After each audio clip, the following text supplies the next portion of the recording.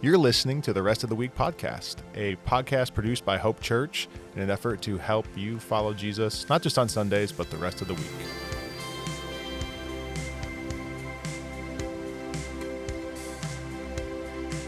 Good morning, Kevin. Morning. Happy Monday. We are recording on Monday. Occasionally it's a Tuesday. We're coming off of a fun, different sort of service at Hope Church, the From a Hat Live. Could you share a little bit about what happened yesterday and some of your inspiration into that, and then we'll jump into more of our conversation today. Happy to. Yeah, so we've talked about the From a Hat series before, where people submit it, topic, sermon idea, draw it from a hat, and pastor has a week to prepare that message. Well, we had this idea, and we talked about it over with the elders. Like, what would it look like to draw one live and engage with that topic, that passage together right then and there, with the intention of equipping folks for how to study Scripture on a deeper level, how to just engage with it, and to not be afraid of it. And so we talked it through it, and that's essentially what we did. We put some boundaries on it just to help it not go completely off the rails, because that could happen pretty easily. So we had the elders submit sermon ideas. They knew kind of the idea of what we wanted to do, but they could pick kind of anything. I think we told them, let's keep it to like the New Testament, just because Old Testament typically takes a lot of extra study to understand depending on where you drop in. And then Pastor Curry collected them, and I never saw them at all. So I put kind of a framework together of how we're going to go about it. And so we drew one yesterday, and we studied it together. There was interactive time, and it was a really cool thing. It was really fun. Yeah. Yeah, I thoroughly enjoyed it, and there are a couple moments that stood out to me. We ended up in Philippians 4:13, which I'm not going to spoil where it goes. Go check out the audio for that, or the Facebook live stream replay. But talking about joy, and because we knew it was going to be live, I was leading worship yesterday, put the set together, and our first song was Joy, and even my reflection was on how does the joy that's deep in our hearts from Jesus come and be expressed? How do we do that? And it was just neat to see, all right, the Lord was like knitting this all together. Yeah. And that was a really, really cool moment. But we're not going to dive more into Philippians 4 today. We were talking a little bit before this, like, what do we talk about today? And we don't overly think about these sometimes. We just kind of, we think about, okay, we think and reflect on, okay, was there something in the service that would be good to talk about for the rest of the week? But it seemed in some ways, in the spirit of the From a Hat Live, we don't always have, I would say not always, I would say most of the time, we don't have some mapped out plan for a day. We might have a schedule, our calendar, or things we have to get done. But I thought it would be neat just to talk about, okay, this week, what's coming to mind? What are we thinking through as we follow Jesus, to recognize that each and anything that comes in our path is an opportunity to lean on Him, to trust Him, and to follow in, right, what did we talk about earlier? The awkward, grace-filled sort of manner. Yeah. And so that's just my question for you. What does it look like today here on this Monday for you? What are, whatever you would like to share, what are the things that you're processing as you seek to love and follow Jesus in response to the love He's shown us today? Yeah, I like that we're focusing on this today. Mondays are hard for most people, I think, for various reasons, getting back to the daily grind, whatever you want to call it. And that's true for me as well. Sunday's a unique day in the life of a pastor. It's worship. It's also kind of the central point of your work that you're kind of leading all things up to, and then all of that. So Sunday mornings are really filling and also really draining. And so I usually take the afternoon to replenish all that. And then last night we had Journey High, our high schoolers, over for dinner, which was a blast. And that was really fun. But when I woke up, I wasn't just like exhausted. I was sore. And I think just because I was like standing most of the day, which is kind of, I don't know what that says about my fitness level, but it's all right. So today I've come to learn that Mondays I need to get away from the thought that this is going to be a highly productive day. It's more of a centering, soul focused day if I can. How can I enter into this week to set up the rest of the week well? And so it's kind of like putting the trellis in place for the rest of the week to help support what will come. But like you said, curveballs come our way every day, and so. This morning, for instance, I mentioned I was tired. My wife woke up. She's 37 weeks pregnant, and she was not feeling the best. So it's like, oh, is this happening? Is this baby coming? So neither of us slept well after that because we're just going through our thoughts on baby and prep stuff and all of that. So with that, I woke up with the kids. Kids were really cranky because they had a full day. So like, how do I love them well when I'm exhausted and I didn't sleep well? And part of me needs to get to work because it's approaching, but my wife is sleeping and that's what she needs most, obviously. So I have these competing things going on. It's like, okay, Lord, what do you have for me here? Well, I need your grace because the day's starting and I'm exhausted already. My kids need it because they're cranky and exhausted and they have a whole day to try and get along. and my wife needs it because of everything else. And I'm reminded of, in Lamentations, his mercies are new each morning.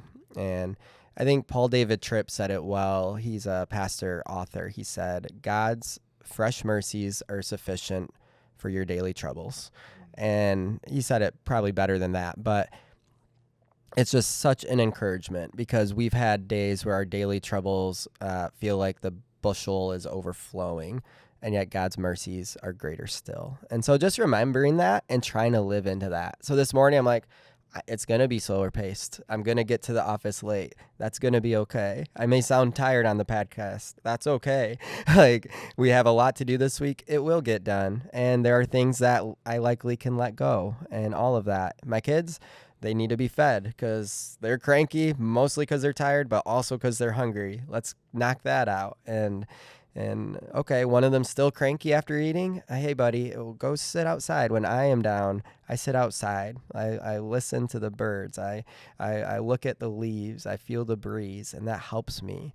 And then you frame that like, God, thank you for your creation. And finding those fresh mercies. They're always there, but setting our eyes on them. So that's just some rambling thoughts on how right here and now I'm working through where I'm at today, seeking my contentment in him, seeking my joy in him, knowing it's present.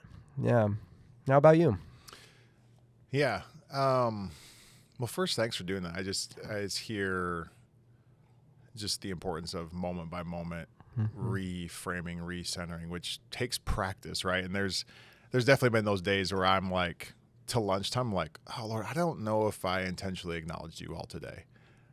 Okay, I'm going to pause now and just pray and try to like be quiet for a second because I know that, one, thankfully, like God promises to be with us all the time. So it's not like, hey, you weren't paying attention to me, so I'm not paying attention to you. He's not fickle or capricious or anything like that. He's very much with us. But yeah, I think for me, so for those who don't know, right, I work part-time here at Hope and I have my own business I've been trying to build and married, father of 3, not a 4th on the way, right? So a little different, but we, my wife and I we're just talking about how August is going to be busy for us, but we don't want busy to be our response to, when someone asks, how's it going? No, it's busy. We want to try to be mindful of not taking on that as like an identity of the season of life that we're in, even if that is factually true, trying to recognize, oh gosh, I read somewhere, and it's probably just some Instagram post or something, but it said, something to the effect of the life that God has given you to live does not require more time than you have. And I thought, that just like cut to the heart because we can have this mind. If there's not enough time, but we never see that as the way that Jesus is living. Yeah. Right. He would say the time has not yet come. Right. He was looking ahead to those moments of significant change. So I've been really trying to think about that. There are a lot of things taking up slots on my calendar this month, and I have to be disciplined and mindful with how I spend my time. It's easy to fall into I'm going to scroll here for a little bit or read this football blog post because football's coming and that gets exciting for me, and the fantasy football teams are going to start having their draft soon. And okay, but to say those can wait, and to practice what are the most the higher priority things, and those can feel like they're small sacrifices in the grand scheme of things, but sacrificing for something better. Yeah. And to try to do the different things well. And even, I've recently started going to this one gym to try to get healthy and different things like that. And I've been going, and it was a 5:30 a.m. class, which already felt like a sacrifice. But where I've been going, apparently the 5:30 a.m. class is like the class to be at, and they shifted to a 5 a.m. And it was sort of this, okay, am I in? And I want to be, and it's been a fun place to be, cool people to meet, and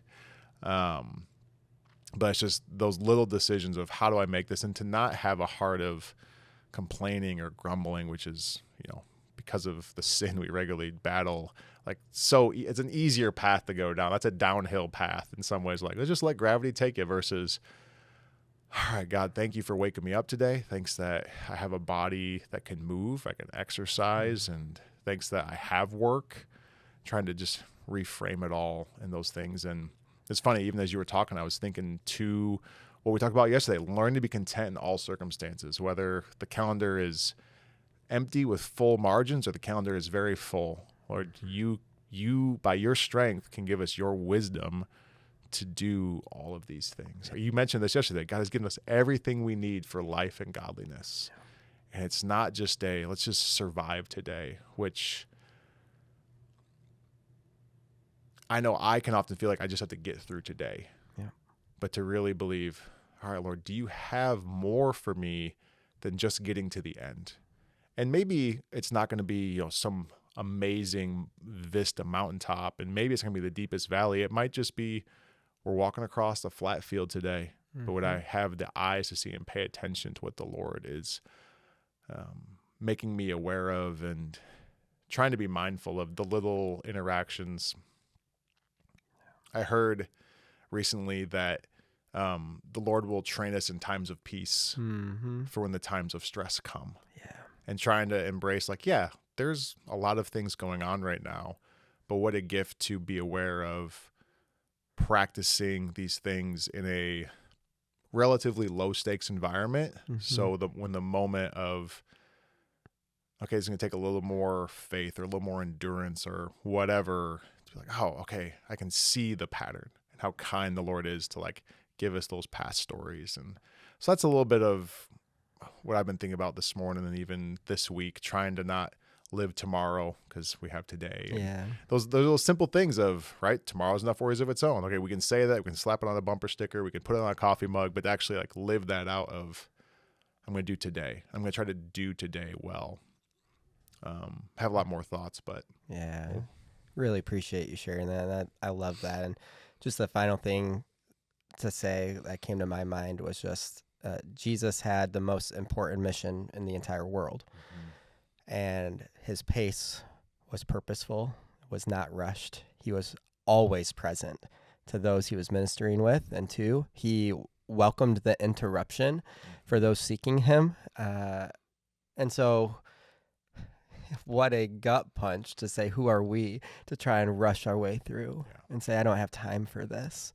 When the pace of Jesus shows us, oh, okay. And he accomplished so much in those 3 years of ministry. Obviously, understatement of all time. And so I guess the final, with that also means wherever we are, whatever we're going through, Jesus, his earthly ministry shows us that he is forever present with us right here and now as well. So are we turning our eyes to him? Are we seeking him? And then trying to match his pace. Can get into the whole yoke thing, all that, or that's another 20 minutes, but there's such a comfort in that for us. Yeah. What would you say just one like really super practical would be a great way for someone to practice the presence of Jesus in, maybe they have a job where they have a tighter schedule they have to run or what have you. Like, what would be just a simple, even like 30-second way that someone could practice the presence of Jesus to become aware that he has a pace for us to walk along with him? Yeah. A lot of different things will connect with different people, but even the most full schedules has built-in times of reprieve, whether it's when you drink water or need to use the restroom or whatever. Find a time, take those 30 seconds to just breathe and just a simple prayer to God. You can just, God, I know you're here. God, I know you're good. God, you know what's going on. I need you. Something simple like that. And just sit in that silence, do that breath, and God is gracious to provide. He is. And it may not be an immediate, right then and there, like I just powered up. No, but it draws our attention to him, and it refocuses and reframes our day around the things of God. And so that's just one takeaway for people that could be helpful. Great. Yeah, thanks for that. Yeah, one thing you mentioned yesterday was, when you think about how when we read God's word or we're praying for something, just to trust that it is living and active and it won't return void. Yeah. And sometimes it might be a day or two or a year before, oh my goodness, it hit, right? Sometimes those seeds take longer to germinate. Yeah. So thanks for that. And yeah, we hope that this little different rhythm, little different take would just encourage you today and how to follow Jesus on any given Monday. And if you have any other questions of things you'd like us to talk about, how to engage with on an everyday sort of following Jesus way, feel free to drop it in the comments there, or if you know how to contact us directly, feel free to do that. And we're just grateful you took some time to listen or watch this, and we'll see you on the next Rest of the Week podcast.